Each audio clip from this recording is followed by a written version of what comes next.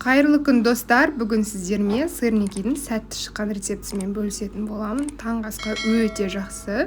Жеңіл таңғы ас, міндетті түрде жасап көріңіздер. Ең алдымен творогымыз қажет.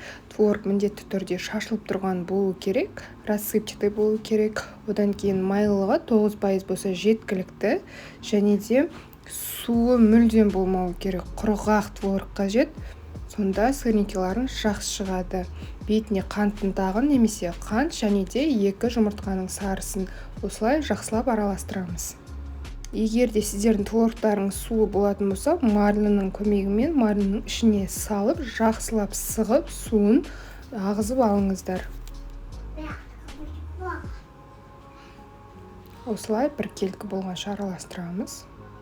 Осы массамыздың бетіне бидай ұнын немесе рисовая мука саламыз. Екеуінің біреуін салған жеткілікті.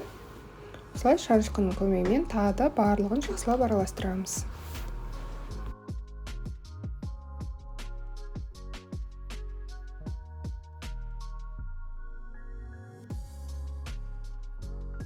Енді формасын жасайтын боламыз. Дәл құрт сияқты екі қолымызбен, алақанымызбен қысып домалақ форма жасаймыз.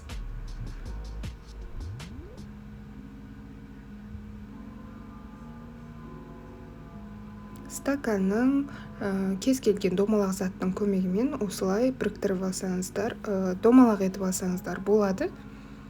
Немесе жай пышақтың қолдың көмегімен де домалатқанға болады. Осылай үстін тегіс етіп бастым. Сіздер егер жұқа етіп, бұдан да қалыңдау етіп қаласаңыздар, өздеріңіздің қалауларыңызша жасай беріңіздер. Мен пісіргенге сары май пайдаландым. Егер де сіздер жай ғана күнбағыс майын пайдаланам десеңіздер де болады. Осылай қызып тұрған табаға сары майды салып,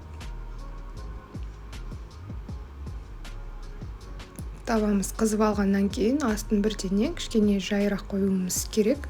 Себебі сырникиларымыздың асты тез күйіп кетуі мүмкін. Осылай бірден барлығын салып шықтым.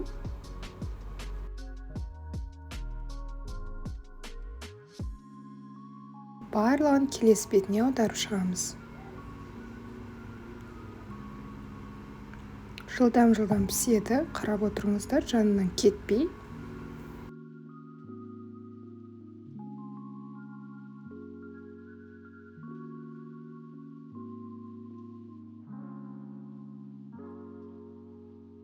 Осылай малинамен әсемдеп қойдым. Бетіне әсемдік үшін қанттың тағын сеуіп жатырмын.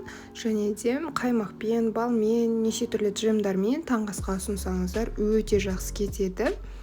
Міндетті түрде осы рецептпен жасап көріңіздер. Егер де рецепттарыңыз сәтті шықса, астына комментарий қалдырып кетіңіздер. Және де менің каналымның өсуі үшін лайк басып, подписаться батырмасын басуды да ұмытпаңыздар. Ас болсын, сау болыңыздар.